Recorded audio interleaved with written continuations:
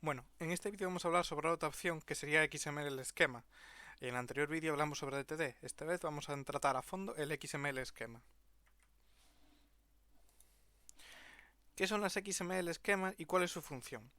El propósito del estándar XML esquema es definir la estructura de los documentos XML, que están asignados a tal esquema, y los tipos de datos válidos para cada elemento y atributo.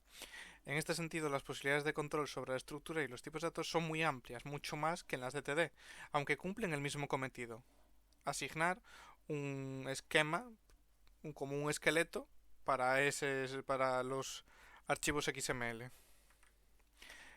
Se dividen en dos partes: elementos simples y elementos complejos. Vamos a explicar en este caso los elementos simples. Los elementos simples solamente pueden contener texto, que viene a ser que los elementos simples no pueden contener a otros elementos ni tampoco pueden tener atributo. Sus tipos de datos pueden ser primitivos, como por ejemplo string, boolean, o derivados de estos mismos, integer y d.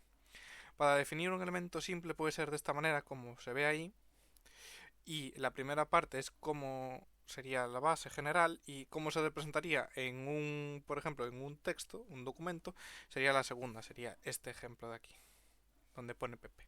Las declaraciones de los elementos simples pueden ser dos: una declaración fija, si quieres indicar que el valor es fijo, representada como se ve ahí abajo, o una declaración por defecto, como que indica que el valor es por defecto, como se ve ahí abajo también.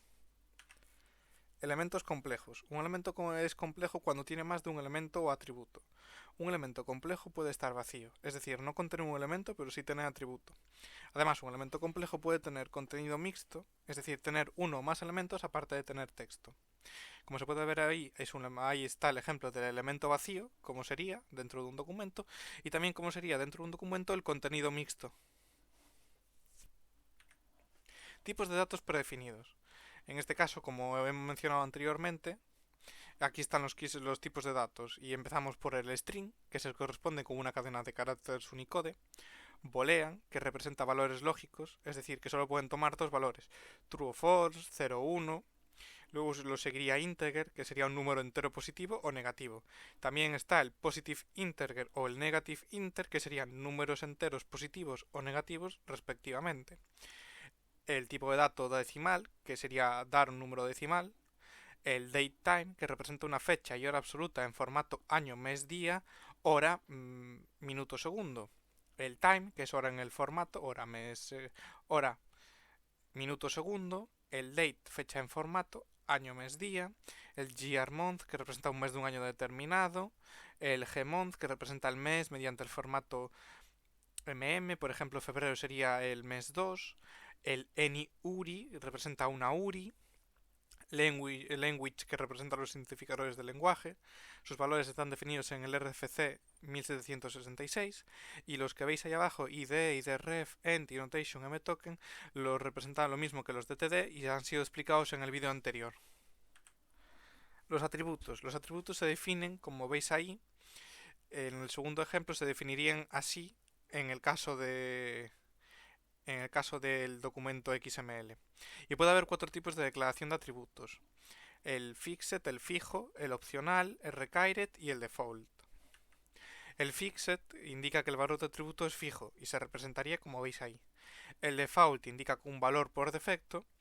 El required indica que el valor de atributo es obligatorio y el atributo será opcional si no se indica ninguna de estas tres opciones anteriores. Las restricciones de XML esquema permite poner restricciones a los valores de los datos, y algunos ejemplos de ellas pueden ser length, que especifica una longitud fija; el min length, que especifica una longitud mínima; el max length, que especifica una longitud máxima; el pattern o patrón, que especifica un patrón de caracteres admitidos; enumeración, que especifica una lista de valores admitidos; los espacios en blanco o white space, que especifica cómo se debe tratar los posibles espacios en blanco; tabulaciones; los max inclusive, que especifica el valor que debe ser menor o igual que el indicado; los total digits, que especifica el número máximo de dígitos que se puede tener un número y especifica el número máximo de decimales; los fraction digits. Extensiones. Sirven para extender los elementos simple type y complex type. Ejemplo, este caso sería uno de complex type y estás añadiendo información de persona ampliada en la info base, en la extensión base de info persona. Y aquí se vería un ejemplo de simple content.